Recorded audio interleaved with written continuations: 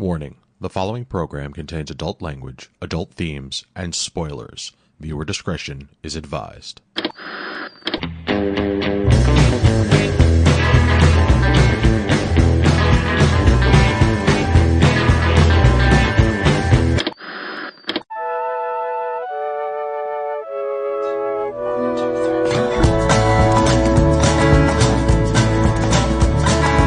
And welcome to this week's episode of This Week's Episode. It is the week of March 22nd, 2023, and this is episode 263. I am your host, Chris Randazzo, and joining me is Bottle of Puppers, Karen Randazzo. So recording a podcast the other day. Evan and Angie are not around at the moment, so it's just us talking about the shows we've been watching this time around. What on earth are we going to talk about? Let's find out. But first, how the hell are you? What are we going to talk about? I don't know. We just put this together like an hour ago. Yes. Evan and Angie, the good news is Evan and Angie have bought a house. They are proud homeowners now. The bad news is that they've bought a house. And now they know what it means to buy a house. I mean, they've obviously, they're grown adults. They know what it's like to live in various places and whatnot. But boy, homeownership is its own beast of... It's really something else. Yes, it really is. So they're experiencing those joys right now. And so we're going to put Poker Face off until next month. And we're just going to go ahead and do a little episode here to kind of catch up on what we've been watching, because we've been watching quite a bit. How you doing? You live with me. I guess our listeners don't. So I don't know what's going on. We finished season 1 of The Owl House with the kids.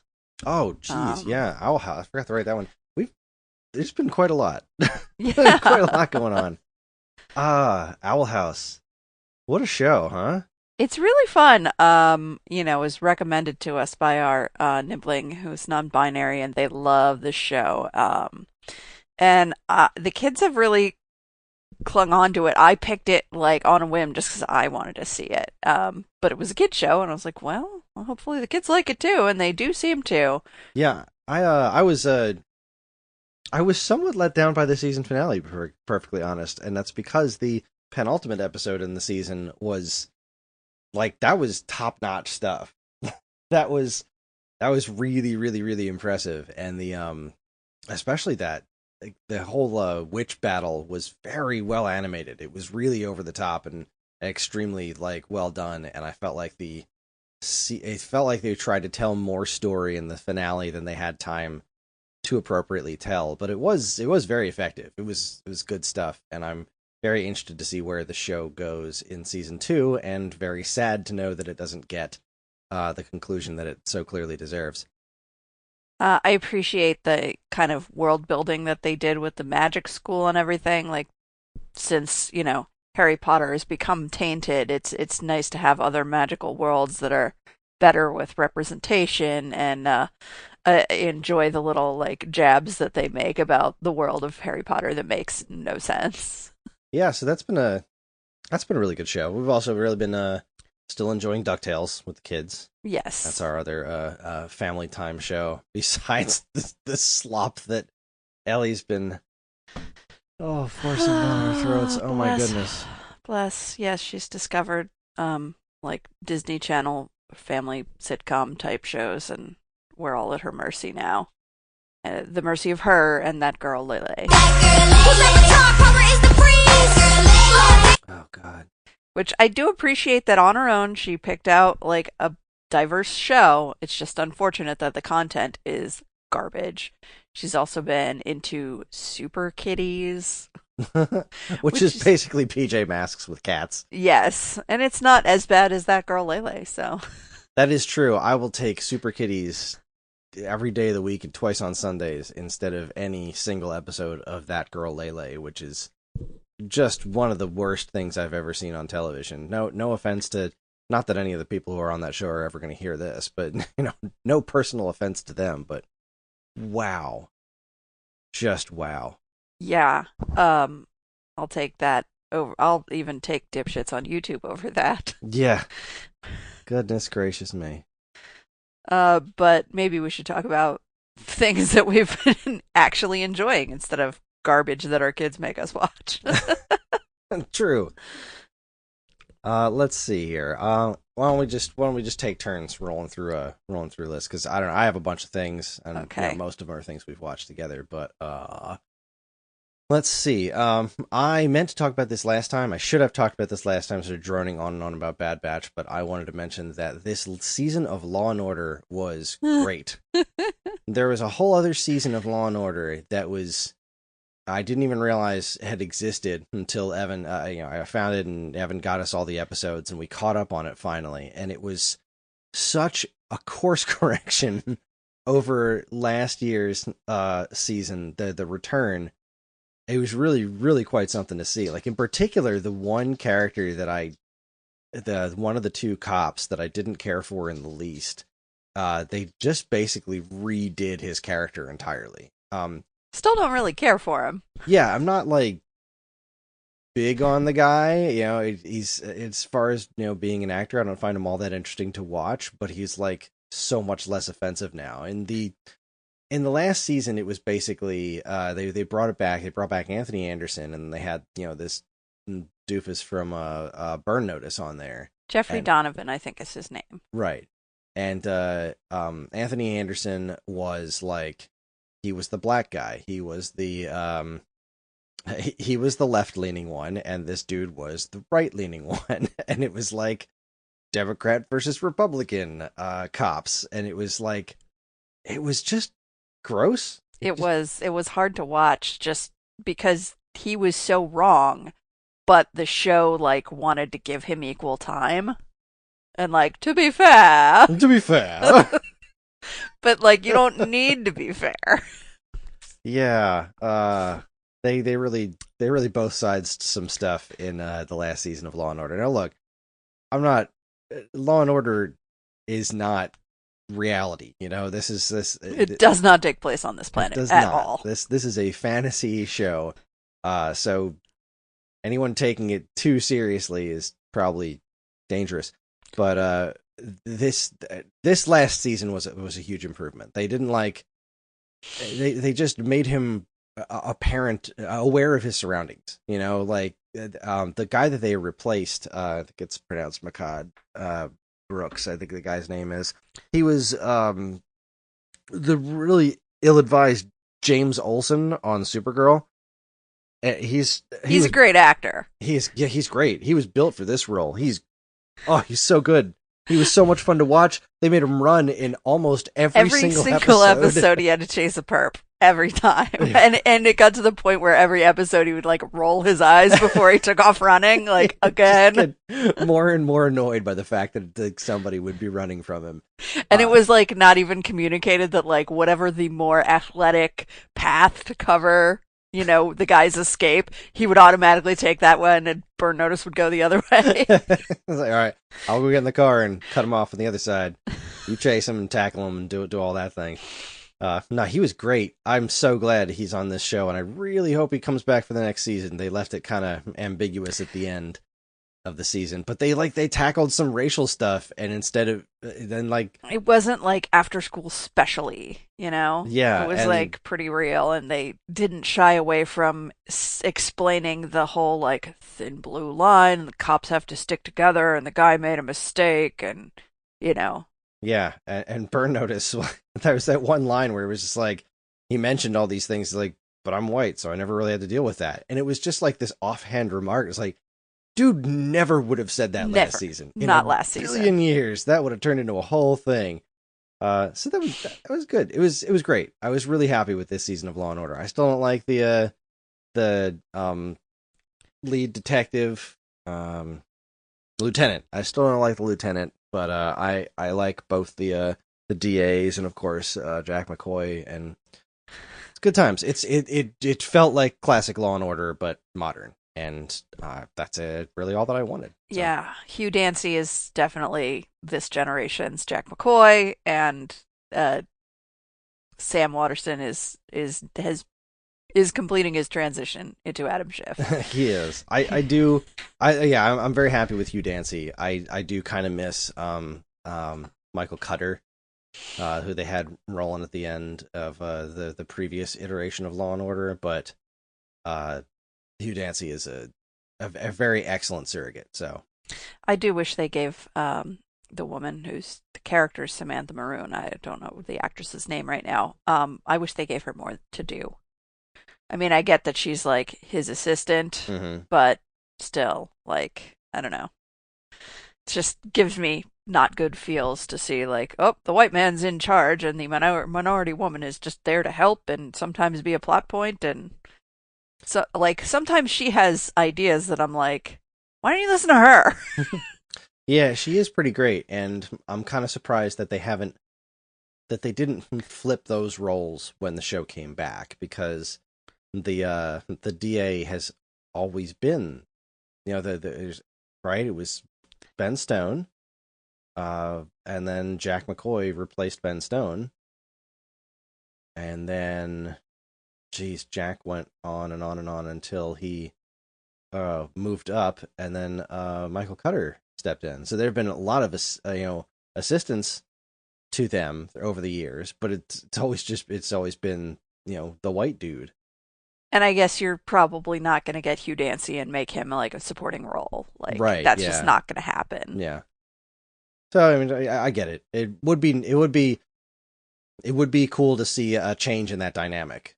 Just because it's been that exact dynamic for several decades now. Yeah, and I guess you're also not going to do this to Hugh Dancy, but if you were to get somebody else, and like it would be fun to see like somebody who kind of failed up into that position and then like being supported and maybe eventually replaced by a more competent, subordinate who is, different race or gender. That would be pretty cool. Also, the technology cop is great. Yeah, she's great too. Yeah, I wish I knew her name. Like, they don't treat her like a main enough character for us to know what her name is, but like every time the detectives strike out, she shows up and she's like, "Hey, I got this thing," and the case is back on. There was a woman who was like that in the original series too for a while, and I never knew that character's name either. They said it once or twice, but I'm terrible with names. But like, it was the same situation. She'd just be like, walk into the room every now and then, be like, "Hey, I found the thing," and they'd be like, "Oh, thanks for finding the thing. Let's go do the things." But she never seems to get the credit that the lead detectives get. Yeah, it's like there's a whole other show happening somewhere else where she's the main character. That would be a great Law and Order spinoff, like Law and Order Technology Cops. It's just hours and hours of like combing through typing at computer. I guess that would be a terrible show, actually. It's like when they showed hackers in 90s movies, and it's just like very intense typing and intense music. Lots of sounds that computers don't make. Oh, yes. Like, I don't know about you, but every time I change a window on my desktop, it doesn't go blink. There's none of that. Yes, I have my keyboard clicks turned off. Come on. It's the year of our Lord 2023. Let's go. All right, what's your pick? What's next? Okay, well, I guess I should talk about the one thing I watched on my own, which was the Harry and Meghan documentary on Netflix. 6-part documentary that they produced after having left the royal family. It was really interesting. I mean, if you're a Royals fan, it didn't tell a lot of things that I didn't already know, but it was sort of like just a interesting perspective on, if you just follow the news, then you like know the events, but if you watch this, you get more of a sense of like what truly happened. And some bad stuff happened. I think the thing that I learned the most out of it was like how disgusting the press is, particularly, and when I say the press, I mean the British tabloid press, not like reporters in general. The paparazzi. It's just, so I guess the way it is in England is because the British people's taxes pay for the monarchy, that they feel they have an entitlement to their lives, like anything they do in public, including like walking down the street, getting into their car, going to like, I don't know, whatever. The bathroom? No, I was going to say like the store, but I was like, do princes and princesses really go to like, Target? Probably they not. hire they have servants to do that for them. But they have to because I mean, like they're not able to like do anything normal. So, I mean, I'm not going to get into the whole thing like but basically from the time that Meghan Markle like came into the picture and, started dating Harry, eventually married him, married into the royal family, then had kids, all of this stuff. They tried everything to make some kind of relationship work where she was like, all I want to do, I want to make this work. And I guess according to them, the royal family obviously doesn't comment, but so all we have to go on is their side of the story. But the royal family would not play ball. They like their press offices would play against each other. So anytime something was happening that they wanted to distract from, they would put out a story about a different royal family member, and like they were just kind of pawns being played against each other. It was really gross. And then Harry and Meghan ran away to Canada, which is part of the Commonwealth, right before the pandemic, and they were like trying to just like, we're gonna be over here. We'll still like do everything for, all of our royal duties. But we're not gonna like, just leave us alone. We'll still do everything we're supposed to do, but like we're gonna be over here and not there. And we're gonna use our own money. So like if we use our own money, that means you're not entitled to our lives. And it lasted about 6 weeks before the paparazzi found them and was like, they were living on an island and there were just boats of paparazzi like going around. Good Lord. They were just not safe at all. And that really caused the rift. The other thing that was crazy was they participated, Harry and Meghan participated in this like study about internet bullying type of thing, and they found that like there were, I can't remember the numbers anymore, but some like astronomical number of hate speech tweets that were cataloged, 700,000 or something like that, and they were all traced back to 87 people, Twitter accounts, who had this, 1 point whatever million following collectively. And the rest was all just like people retweeting them. Bots. Like just, it was manufactured by all this like tremendous amount of internet hate for them was manufactured by this tiny group of people. Is crazy. Ew. So yeah, if people, if you ever hear that, like it's probably just bots, and it's probably, look into who's actually saying these things. You might want to, take that a little seriously, because apparently it's true, and it's not just for politics, it's for anything. Gross. So, I mean, yeah. I was glad I watched it. It was interesting. It was kind of a bummer, but like hopefully now they're going to be doing better. And I guess now that all of this information is out there about the royal family, it's still one-sided, but one hopes that they would also do some course correction and kind of come forward into this century and act like human beings. Yeah, I don't understand the fascination with the royals, but I'm not British, so I'm it all just seems very silly to me. But the paparazzi stuff, that is super gross and ew. Yeah, I think the fascination for a lot of people is like that it's such a relic of like a time that is not like nothing else from that time do we do anymore. But somehow like the monarchy is still there. It's not what it was anymore. And they did kind of focus on how like the monarchy is like horrible, evil colonizers. And a lot of the nonprofit work that Harry and Meghan do was to kind of try to repair that relationship.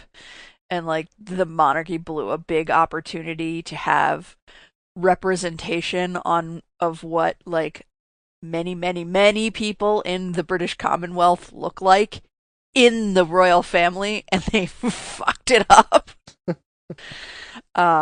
So very interesting documentary. I recommend it if you're interested in royal family life. All right. Well, I will take a left-hand turn and talk a little bit more about the Bad Batch because it continued to suck until it didn't. I guess that's one way to put it. They just last week's episode. I haven't watched today's yet. We're recording this on a Wednesday morning, right? So we have a new Mandalorian, new Bad Batch, and the season premiere of Ted Lasso to get to. But that's tonight. Last week's Bad Batch was kind of what I was hoping this season would be, like in its entirety. They started talking about a plot point they opened up on the Clone Wars like 13 years ago with this thing called the Zillo Beast that they did a whole arc in the season about it, and like the Emperor captured this beast that had like there was this giant kaiju-like monster that was discovered whose skin was able to completely repel lightsabers. It was like, oh, that's interesting. Okay. Like, it was a pretty interesting plot point. And so, like, this was before the Emperor was the Emperor, so Palpatine's, like, trying to do all these, like political moves to get this beast captured and then brought into some sort of, like, science lab. For obvious reasons, he wants to do something with this creature that is resistant to lightsabers. And it never paid off. They like, he got it. They captured the Zillo Beast, and it was brought to a science lab, and then it was never seen or heard from again until this episode of the Bad Batch last week. And also we had God, was that the same one from last week? I don't know. I didn't watch it. Now I'm confusing myself. That might have been the week before, right? Yeah, because the regular crew had to deal with this Zillo Beast. I think I'm getting this mixed up in my head, but either way. There was also a storyline about this character, Crosshair, who was the interesting one from the Bad Batch, who was in the season premiere, and then they just kind of effed off without talking about him. And they did this whole thing where he was off on this. He decided to stay with the Empire because he's always been a soldier, and that's like what he knows, and that's what he wants to do, and he believes that if he's good enough at his job, it doesn't matter that he's a clone. He's going to be rewarded. And the Empire doesn't like the clones. They're like, we're done with you. So he winds up on this outpost where they're basically just throwing a bunch of clones at this bad situation over and over again. And he's referred to as used equipment. And it was like, It was super gross. And he wound up going out with this other clone guy to try and... This guy wanted this shipment of something brought back safely. This commander, and so the clones that were on this planet have been dying trying to get this stuff, protect these shipments and get them back. And they keep requesting help from the Empire and be like, all right, we're dying here. We can't do this. We need help. You've got to send us supplies. You got to send us something. And the Empire kept ignoring them. And so more and more clones are dying to get these shipments back. So Crosshair and the last of the clones from this place go out to get this shipment, even though they're like, this is a suicide mission. There's two of us. There's no way we can do this. They're like, I don't give a crap. We're the Empire. You do what you're told. So they go out there to do it. And of course, the one dude gets seriously injured. So Crosshair's got to kind of carry him back, which kind of goes against his character in a lot of ways. But what really sets him off is the fact that there was an avalanche, and they find out that the equipment that they've been risking their lives for is frickin' stormtrooper armor. Oh, geez. They've been killing clones to get supplies for their replacements. Oh, I mean, if you're the Empire, smart move, but still. It was disgusting. And so at the end of the episode, he brings the dude back, the clone that was dying, and he was like, "This guy's dying. Get him some medical help." And he's like, "No, he's gonna die. He's useless to me. He's used equipment. I don't care. You did what you were told. You brought back the shipment. Now let's get moving." And he's like, "But this guy's gonna die." And then the dude does die, and so Crosshair just murders the commanding officer in front of everybody, and that's where the episode kind of ends. Oof. It's like, oh, I'm very interested to see where this is going. Like, I don't know if it's going to bring this guy back to the rest of his group, but this is the kind of, like, yes, it's of course told through a children's show, right? It's Star Wars animated stuff, so it's got that same flavor, but these are the interesting stories that make this stuff worth watching if you're a grown-up Star Wars fan. Like, they haven't been they had the entire season to do this stuff, and they've been doing like silly little adventures. And the other bit was Crosshair wakes up at the end, and I have this running theory that I haven't seen anybody else talk about.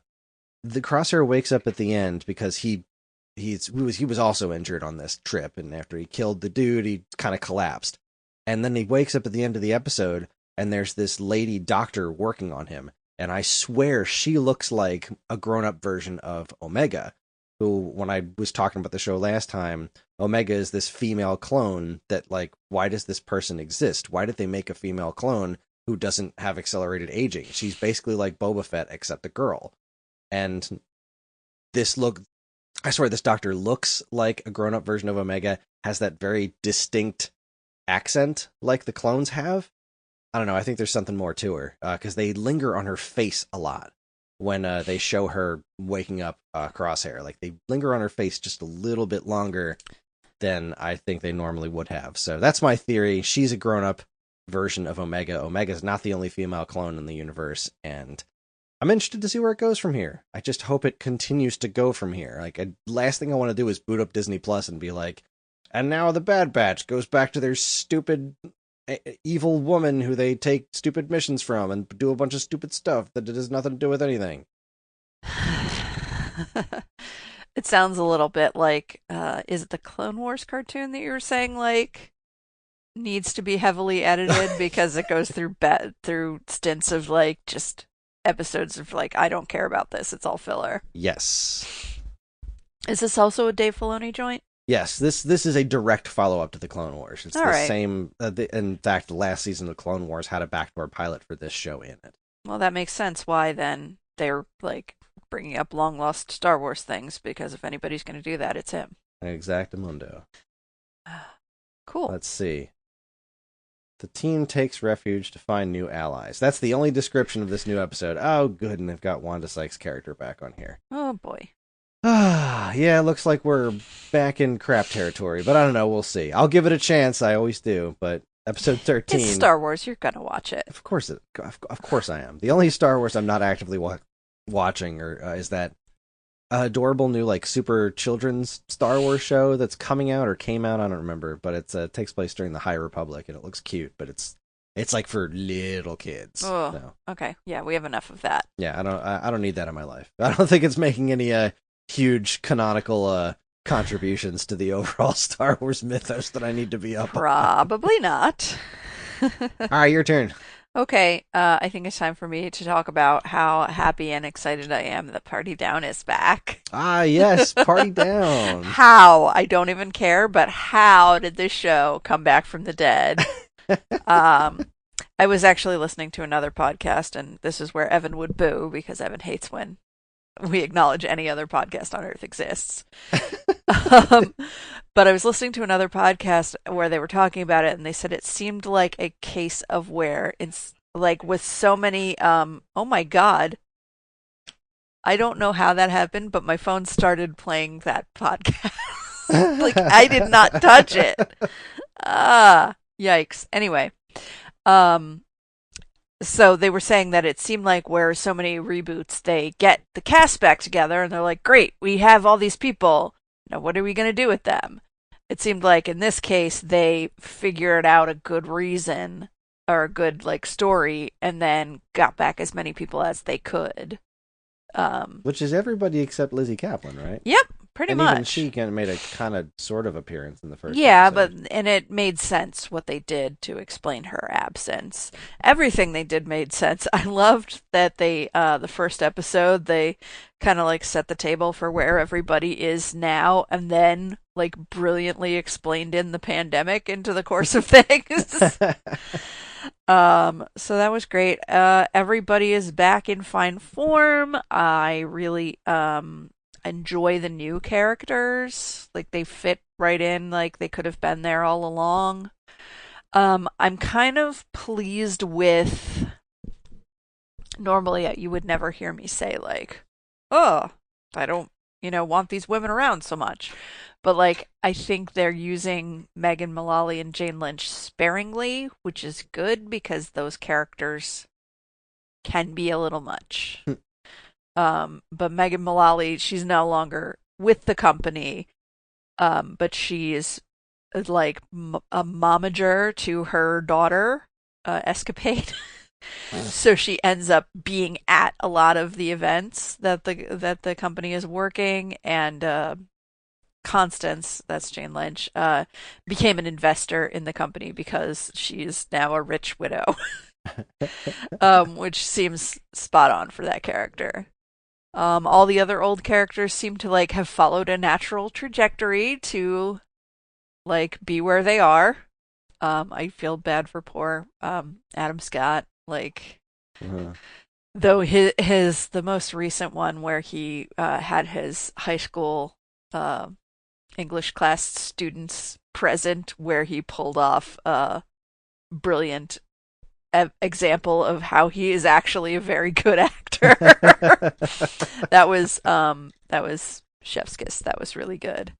I like Jennifer Garner as the new love interest. Oh yeah, she's great. And she seems to be like playing nicely with the rest of the cast. And while like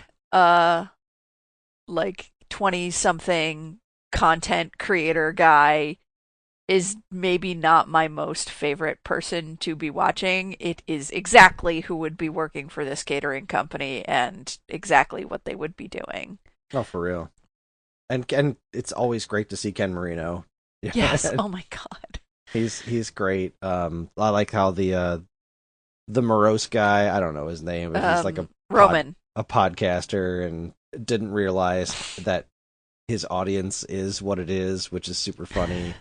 And like the fact that the big aspiring actor dude, the good looking guy, like it's not like he's been working with the company this whole time. He was so super close to his big break and then wound up getting himself canceled. And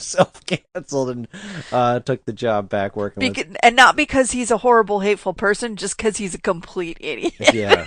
It is the same exact show. It is more of Party Down, which I think is great because I thought it was and so rare. Right, it's yeah. So rare for a show to come back and be good. It was tragic that the show only got 2 seasons. So I'm very, very pleased with this. It's been a great watch so far. We're only 3 episodes in, so I think that's all that's out there. But yeah, as it continues to go, it continues to impress, which makes me very happy. Same. Well, I'll pull us back over to Star Wars briefly to talk about Mandalorian, which is also back. Why is that Baby Yoda so cute? Why is he so cute? I don't know. It's just but I'm glad ridiculous. He is. So I've been super happy with the show so far. Obviously, there are a lot of Star Wars fans that hate it because nobody hates Star Wars more than Star Wars fans. Exactly, nobody hates Star Wars like Star Wars fans. It's actually pretty fun. There's a sect of people who hate it because it's not Andor. There's a sect of people who hate it because the Book of Boba Fett was apparently so bad that they ruined the show. And I understand the criticism there. I do think after the build up to the end of season 2, of having him finally dropped off, like he was separated from Grogu, and then like all of that emotional processing happened in another show. And even then, it was like not very much. Like they didn't spend very much time apart, and it kind of takes a lot out of it. Not enough for me to say it's bad by any stretch. I think it's been freaking great. I do think it's a missed opportunity that they didn't have them apart more. I'm trying to look at some dates here. There it is. Because it's been a long time since season 2, right? It has. This had a pretty wild run. Let's see, when was the last episode of season 2? Oh, yeah. Season 2, The Rescue, was December 18th, 2020. Get out of town. So it's been a long time since we've gotten The Mandalorian, and, like, I feel like we should have had more, there should have been more time apart, and the fact that they basically made Book of Boba Fett season 2.5 of this show is, like, it's a weird structure, to be sure, but regardless, I think these first episodes have been great. The Apostate was a it was a season premiere that had a lot of ground to cover, and I thought they covered it admirably. There was a really cool space battle in there, which was super cool. Mm-hmm. And the fact that they're really moving right along with this storyline makes me wonder where it's really going, because we're already in the mines of Mandalore and him, right? Just seeing the not the Zillow Beast, the whatever that big monster is that's on their helmets, that they're on their sigil and whatnot. I'm really excited about all the mythology. I'm glad that they didn't have Bo-Katan just slumming around being sad all day every day forever. Like I thought that was gonna last longer, but they're like, nah, we're gonna shake out of this nice and quick. We get to see Grogu taking care of himself a little bit more. I think it's been great. 2 episodes are all we've seen. We've got chapter 19 today, but yeah, I'm very, very happy about this. Yes, and I'll take more Bo-Katan all the time. Like, if she's joining the crew and they're, like, gonna go off on more adventures, yes, please. I loved that she picked up the Darksaber and was able to wield it like nothing, because that's the way it's always been for her. But they showed that Din still has a real hard time wielding the thing. I don't know where they're going with this. I'm really curious what's going to wind up happening. Like, it seems like the general thing here is to try and unite what's left of the Mandalorian people, and now that we know that Mandalore is not actually uninhabitable, maybe try to take their planet back. I don't know. It's all very interesting. I'm curious who's going to wind up with the Darksaber. I watch the YouTube channel Star Wars Explained, where they brought up the interesting point that Bo-Katan is, like, all about making fun of Din Djarin for his adherence to the that this is the way, all the old that cult that he's part of, and the show does a good job of showing that this cultish behavior is ridiculous. But she's got the same hangups about the Darksaber. Like, no, I can't take it unless I win it in combat. Like, these are the same ridiculous old rules. If you would just take the sword and lead your people, then be done with it, But and hopefully that's where they're heading with it, is yes, to make that comparison and point that out, and then make her a more, active figure in that role. Yeah, I would very much like to see that. I'm really curious about how Boba Fett fits into this, because I can't shake the feeling that he does in some way, shape, or form. Like, he's not a Mandalorian, but he has Mandalorian armor. He kind of, like, belongs in this storyline. But we also know that the character of Sabine Wren exists in this universe, right? She's going to be in the Ahsoka show. She might show up in this show too, and she has a history with Bo-Katan as well, or that her family anyway. There's a lot of interesting stuff that could happen, and I'm very, very excited to see where it's going. I think the show's been great, and its ratings are way lower than they have been. There was a report came out, I think, yesterday about it. Like, the viewership for Mandalorian season 3 is leagues lower than it has been, and I think a large part of that does have to do with, I guess it just doesn't seem like it's been talked about a lot, that it was coming, like it coming back didn't seem like a thing that was being pumped up a whole lot. But also, it's been a couple of years since there was a season of it, so that's probably hurting it a little bit. But Book Boba Fett didn't go over great, but I'm sure it got watched. But of course, there's the online goons who are like, nah, the Boba Fett sucked and Obi-Wan sucked, so people don't want to watch Star Wars anymore. It's like that's not true. You know it's not true. Shut up, people. That's not the way this works. Just stop armchair piloting Disney Plus, you goons. I don't know why more people aren't watching it. I hope it picks up. I hope the show doesn't like get its budget cut or anything like that. Or Disney Plus is having lots of issues right now. All streaming services are, because cable used to be this thing where like, all right, here's how you make money off of TV shows, and then like streaming services come in and it's not nobody's figured out how to make a ton of money off of them in perpetuity anymore, you know? Like Netflix and Disney Plus, they had, all right, you got all these viewers, but you don't have constant content that people need to be up on top of all the time, and the prices keep going up, and you're basically turning into cable services again. You know, it used to be like, well, I got Netflix, so I can watch pretty much everything, right? Because everyone's on Netflix. But then everyone decided to make their own streaming services, and now it's like, well, if I want to watch everything, I have to either subscribe to 6 different services, which is about the same price cable used to be, or put the pirate hat on. So it's a mess. There's going to be some sort of reckoning. There's going to be a reckoning. There's going to be a reckoning on all this streaming content. Like Peacock has not taken off. Amazon's like Game Informer for GameStop. Like, people have the Amazon streaming service because they have Prime. You know, people aren't signing up for that service. They're like, oh, I get this with that free shipping. Cool. I don't know. It's weird. Anyway, Mandalorian's great. Your turn. Okay.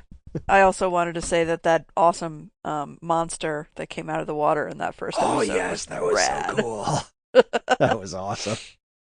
All right, well, I'll go back to another reboot, revival, whatever it is, and talk about History of the World Part 2. We are 3/4 of the way through it. It definitely has the same flavor as the original movie. It's got like 3 principals. Ike Barinholtz, Nick Kroll, and Wanda Sykes are like the main people that appear in many of it's all done kind of like sketch format, which is sort of how the original movie was. Some of the sketches in the original movie were longer, some were shorter, and that's how the show is, but because it's a show, I don't know, it just... And then they will like tell, like, they'll break a longer sketch into 3 segments and, you know, cut away from it to something else for something short. I have been finding it hit or miss. The things that hit are freaking fantastic, make me laugh out loud so much. And then the things that miss are like, this is painful. It's still got a lot of the very stupid Mel Brooks humor. And and the people involved seem to understand that what makes that humor work is the delivery. So it is, there's enough good in it to make it worth watching. But I almost feel like you might start to recognize a pattern and be like, all right, I'm going to skip this bit. I'm going to skip ahead 3 minutes or 5 minutes or whatever it is. What have been some of your favorite or least favorite parts of it? Because my memory's failing me. I was actually having a fun conversation in Discord with some folks about this morning, particularly Dan. Dan's a huge Mel Brooks fan, and he was terrified to watch this because he didn't want it to be bad. And I convinced him to watch it on the podcast on Friday because we had seen the first 2 episodes. And the first episode I thought was just fantastic. It really was. They started strong. They really did. And I really liked I think the Civil War has been really good. I thought the Jackass bit was pretty funny. Some of the Jesus of Nazareth stuff was good before they did the The Last Supper sessions. The Fuck the North song. Oh my God, that was so good. Obviously, Hitler on Ice was hysterical. The Kama Sutra thing was great. Curb Your Enthusiasm was pretty funny. The thing is, and I came to this conclusion last night, and the more I see of this show, the more I stand by it. This should have been a movie. There is enough genuinely hilarious stuff that if they just did that, then this would have been a great follow-up to History of the World Part 1. Like, they could have done it, because the stuff that's great, like you said, the stuff that's great has been hilarious, but the stuff that's not has been eh. And then even some of the stuff that is really good, like I've really liked the Civil War, but it went on for too long. They could have taken the best bits of that, turned it into like a 20-minute segment, and that would have been fine. That would have been a chunk of the movie, but it's a chunk of the show, and it would have been fine. It would have been just fine like that. It would have been great like that. If they had just taken the stuff that really works here and condensed it down to enough to fit into a movie instead of stretching it out into being an entire series, they needed an editor, because you can tell, at least from I don't know the guy, all right, I don't know anything about this thing's creation, but this strikes me as something Mel Brooks wanted to do before he dies. He's like 150 years old. He's 96, I think, 96, 97. Well, like, he clearly wanted to do this, and I'm glad that he did, but I feel like somebody either should have told him that this should have been a movie, or somebody convinced him that this should be a TV series. Because there's just too much here that doesn't work. That would have been so much better with edited down so very much more than it has been. And it seems like another symptom of the, streaming problem that you were just talking about, where in this case, the people who wanted to do it was Hulu. Hulu, to my knowledge, doesn't really do movies. But wouldn't it have been great if this showed up, if this as a movie showed up in the theater? Absolutely. It would have been outstanding. I would have went to go see it. I would have tried to, the best I can. When you have small children, going to see movies that kids can't watch is certainly not the easiest thing in the world, but it's like... And this is definitely something kids can't watch. Oh my God. It's just as inappropriate as the original. But seriously, it's the whole what was it called? The Genghis Khan the Concestry.com. Where it was like an ad for a genealogy service where, like, you find out that pretty much everybody is related to Kublai Khan. Which was a great gag, but it went on, like, the gag itself, that went on for about 1 minute too long. Like, it was a relatively short bit, but it went on a little bit too long, and then they did a call back to it, which was kind of funny, but ultimately not worth it, because it still would have been ultimately funnier if it was just... a little bit shorter. Just that one bit a little bit shorter instead of pulling in the other bit. Like, this show is so close to being a really great movie, and I can't wait for somebody, because some lunatic like me is going to do it, right? Somebody's going to take this show and edit it down to the movie that it should have been, and that's going to be great. Because, like, this fact that it's done like sketch comedy, broken up into these little bits, makes it perfectly easy to edit together like that. It wouldn't even be hard. Absolutely. Now, Dan watched the whole thing, and he tells me that the last episode was really great, too. So okay. I'm pretty stoked about that. I'm just looking at the screenshot here, so it looks like we're going to get to Jews in space, which, I mean, yes. I assume you kind of have to. I don't know. I'm excited about it. I'm glad it exists. I'm glad we have this instead of nothing. But just barely, So what did Dan say? He summed it up. A movie would have been great. This could have been great. As it stands, I thought it was very okay. It is very okay. Yeah, it's very okay. It's I'm not better mad than at Dracula it. Dead and Loving It. So, oh my God, I'm glad. I'm glad Mel Brooks gets to go out on a better. I mean, not that he's done yet. Who knows how long the guy could live? Hopefully forever. Hopefully forever. All right. I will take the next bit, and I will talk about the return of Star Trek Picard. Of course you will. Of course I will. Because apparently all I watch is Law and Order and science fiction. I have also been really enjoying this. Let's see, where are we at? We are 4 episodes into Star Trek Picard, which has been suffering from one bit that I kind of felt was a problem with the show from season 1 to season 2, but it's bothering me way less. And the thing is that so season 1 invented this like crew, and then season 2 rolled around and like most of them were there, but the main girl that the whole season was about was basically like turned into a one-off character who showed up in a couple episodes, and then that was that. And now season 3's here, and the only new character we have back is Rafi.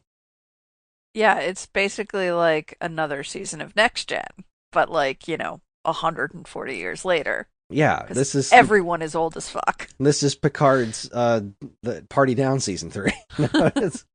Which is, if again, it's fine. It's actually really fun. I've been really enjoying the heck out of it. I think it's well acted, it's well put together. It's a little dark, and the visuals, like, it could use a little bit more lighting, just not in tone. I mean, like, it's hard to see sometimes, like, just how dark some of this stuff gets, but the fact that Rafi's still there is like, all right, so we're acknowledging that this is season 3 of this show, but none of those people that you really like the doctor guy, the not the doctor, the pilot? The pilot, who also had like this holographic version of himself as a doctor, or like, he was great. Where's he? He went and stayed in the past last season. Oh, did he? Yeah. Oh, I forgot about He that. fell in love with that doctor chick and was like, I'm out of here. I remembered that. I forgot that he stayed back there. Huh. Okay. Well, I guess that explains why he's not there, and I understand why, what's her face isn't there, because she's half Borg and now traveling through the universe. Maybe she'll show up again. I don't know. But kind of bothersome. But you know what? I miss Alison Pill. Yeah, she's the one who's half Borg and floating around in the galaxy now. Oh, I thought you were talking about Seven. Oh yeah, no, she's back, which she's a legacy character too. Yeah, she's not exactly new. Yeah, I guess they explain them away well enough. I just kind of miss having a consistent cast, but it is cool to have the next gen cast back as much as they are, and I'm curious to see where this whole thing with Worf and Rafi are going, and especially how that's gonna work into bringing them all together, because that's obviously what they're doing here. They're bringing everybody together. And I really hope that they get to that soon, because I've had about enough. Like, clearly the two plot lines are connected. Yeah. And like the whole portal device thing is actually really interesting to me. Quite. But like, I want them to just, they had this whole like couple episode arc where they were running away from like this crazy bad guy with this crazy weaponry, and they were stuck in this nebula, and like the ship was gonna go down and get destroyed, and everybody was gonna die, and then they pulled it out at the last minute, which is great. But I'm like, okay, we're done with that. Get to, because we've got to the stopping point of that one, and we got to the stopping point in the Rafi Worf thing, right? Because Rafi and Worf were like, all right, we're gonna work together now, and we're gonna solve this thing. So that's where they left that off. Now they've tied up what Picard and Riker are up to. Let's get them all together.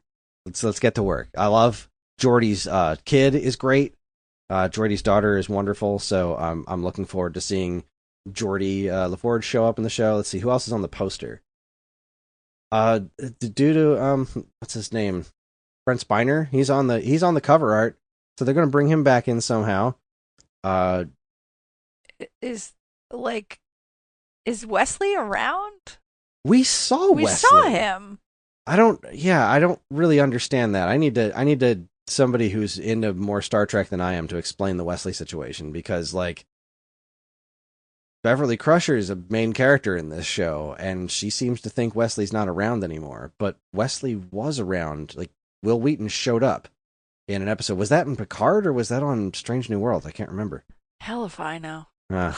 That's too much Star Trek. Yeah, it's more continuity than I have the brain power for, but I'm very curious how that's going to work out, if they're even going to mention it. But like, 'cause they've mentioned Wesley on the show, and like, as in he's somebody that is not around anymore.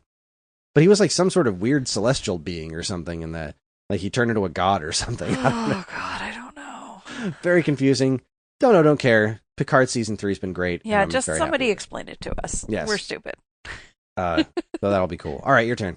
Okay. Well, I'm gonna take our latest comedy obsession, which is Letterkenny, A show people have been telling us to watch for years, and we finally got around to, and are now maybe, I don't know about you, but I'm kicking myself that I hadn't seen it sooner. Yeah, a little bit. Uh, I do wish I had watched this, caught onto this one sooner, but better late than never. so very well done, very smartly written. It's it's a small town in Canada, and then there's these three like groups of characters. There's the Hicks, who are kind of the main characters, and then a group of like drug addict, rave, like emo kids, and the hockey players. Why don't I? Right. I couldn't think of that. And they seem to kind of like do something slightly different every season, which I think is good because it keeps things fresh. We just started season 4. Yeah. There's like what 185 of these seasons. Season 11. 11 seasons, and they're short. They're 6-episode seasons, half-hour episodes. But like the third season was all set in winter, so that made it a little different. And I think that's good because I think if they kept everything the same all the time, it would, it would get a little boring. The downside is some of the things that they try to, differentiate the seasons don't always work. And so, like, if like you don't like a certain character or a certain thing, well, that's going to be around for the whole season, and you're just going to have to deal with it. And by the end of the season, where Jonesy and Riley were the stars of the hockey team, and everybody else on the hockey team sucked, and they didn't have any winning games. By the end of that season, where the 5 hockey players would each go through and say some variation of the same thing, I was like, we get it. We get it, boys. Berta. It's enough. I'm seeing something here that we didn't see. Uh-oh. We missed something.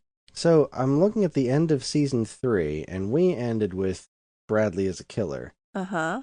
But there's something on here called The Haunting of Modine's 2. Oh. Season 3, episode 7. I guess maybe it was a special and Evan didn't get it for us. Yes, the Hicks helped their old pal Gail get to the bottom of a strange brew happening at the local bar. And I kind of wonder if there was another one somewhere, because, like, we came back between seasons and there was, like, the bar was gone, and I couldn't remember how or why that happened. Wasn't it because the Native American character, or I don't know if they call them Native Americans when they live in Canada, but those characters like went on a rampage and started setting things on fire. Like they set the produce stand on fire. I thought they burned down Modine's too. Oh, maybe they did. I could be wrong. Yeah. There's a lot to this show because I'm looking up. I feel like there's a bunch of like little.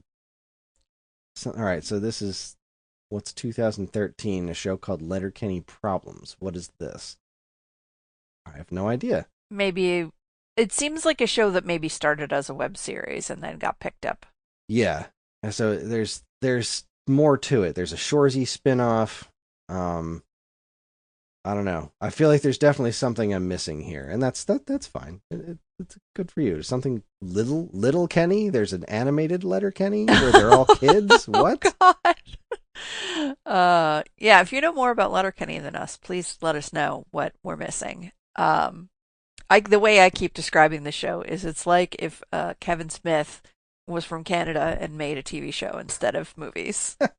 Because the humor is very similar, and it's about, people from a small town where there isn't very much to do other than drink, fight, fuck, and play hockey. So the rapid fire kind of back and forth between the Hicks is my favorite part of the show. Yeah, by far. Like the drug addicts, I'm like, I can take or leave them for the most part, and the hockey guys I think are way funnier when they're being made fun of by the Hicks. Yes. The subplots are never as good as the main stuff, as far as I can tell. but they really have a handle on exactly how much to hammer a joke and repeat a catchphrase and, not bang it into the ground. Um, so yeah, if this is, and there's a early season 1 episode called Fart Book, which is It's like the 3rd episode. it's like the thing you have to get past, apparently, according to all fans. It's like the worst episode. They were off their game. God knows what they were thinking, but if you get past that, or even skip it, I think it doesn't really have much of an impact on. Like, they don't really call back to that episode. There's no real important plot points in it. You could just skip it. I wouldn't, though, because the first half of it's hysterical. That's the episode where it's like, what is it? It's like geometry. It's like algebra. Why you gotta put numbers and letters together? Why can't you just go fuck yourself? That's Chris's favorite line from the show so far. Absolutely hysterical. Yeah, so I don't know. I love it. It's hilarious. Their lexicon has definitely entered our vocabulary quite a bit. I'm now prompting my son when he loses focus. I'm like, "Hey, John, pitter patter," and he has no idea what I'm talking about. I was talking with a friend of mine on commented on something on Facebook the other day, and he ended the phrase with "can confirm," and I was like, "Is that a low key Letterkenny reference?" He was like, "Oh my god, I think it was." Like he didn't do it on purpose. But yeah, they have some very specific catchphrases, and you're 100% right. It definitely has that Kevin Smith feel, but Canadian, Right? And in a really good way, like without the baggage that some Kevin Smith stuff comes with. Don't get me wrong, I'm a huge Kevin Smith fan, but there's like a certain degree of emotional stuff that comes with that, and Letterkenny just is almost pure comedy. It's gold. It's a wonderful show. I'm so glad we're watching it. Like, there's a direct parallel between Jay and Silent Bob and the Skids. There's a direct parallel between Dante and Randall and the Hicks. And they're definitely tertiary characters in Kevin Smith properties that correlate to the hockey players as well. Indeed. Anyway, yeah, fantastic your show. turn. Is there anything left? Not really. I was gonna match. I mean, I'm doing a rewatch of Mrs. Maisel. You're doing a rewatch of Gilmore Girls. Oh and my god! We're sort of both watching Amy Sherman Palladino. Yes, bits. Palladino is strong in this house. Yeah, and it's been fun. You know, every time I come upstairs and she's like watching one over lunch, I'll sit down and she keeps me up to date on like what's been going on because I've seen every episode of that show. Gilmore Girls is a fantastic show. So like. I get these fun little updates. It's like, Lorelai just got Paul Anka. I was like, oh yeah, the fucking dog. I forgot about that.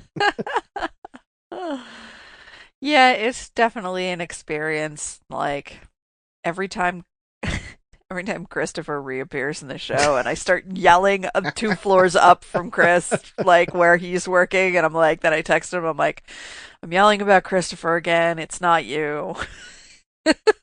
And he's like, I didn't even hear you, but if I did, I wouldn't have thought so. Yeah, wouldn't think twice of it. I know what show you're watching. We're good. Oh, Christopher. Yeah, and where am I in Miss Maisel? They just You said they were in the Catskills. Oh yeah, we just got past that. They just did their tour. That was a complete disaster. Oh god. And she just did her TV show appearance. Mm. So she did the telethon where she met Shai Baldwin in the bathroom, and Jane Lynch's character was there, and she tried to force her to go on like super duper late, and she wound up doing a really good job anyway, and everybody there loved her, and it was great. So, yeah, great show. I can't wait for that one to come back. When is that? That's a good question. That's another show that takes way too long between seasons. So we would be looking at season 4, I guess. 4 or 5. Let's see. Yeah, I guess it would be for season 5. Yeah, so when's season 5 happening? This year sometime. Thanks for the specificity, Internet. Everything.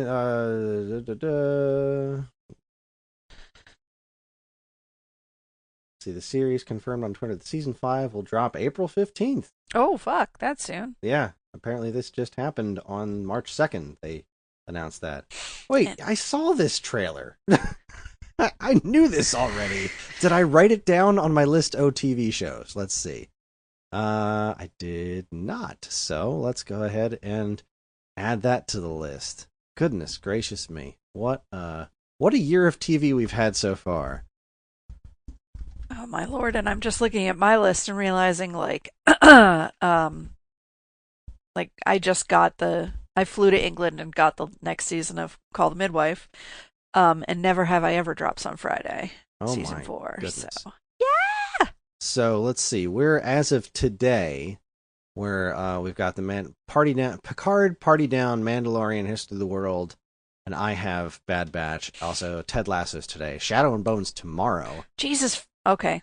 And we need to stop the podcast right now because we've got way too much TV to watch. But then we can chill with that stuff until April 14th when Miss Maisel comes back, and then April 27th when Sweet Tooth comes back. And then nothing else I have any sort of like, there's a whole lot of Marvel stuff that I don't know is going to happen anymore, or like at least not this year anymore. Like, just because Marvel said that they're kind of pulling back, and I think that's a really good idea. Like, they've been hitting us with too much Marvel too fast. But Ahsoka's too this fast year. And too furious. Don't get me started.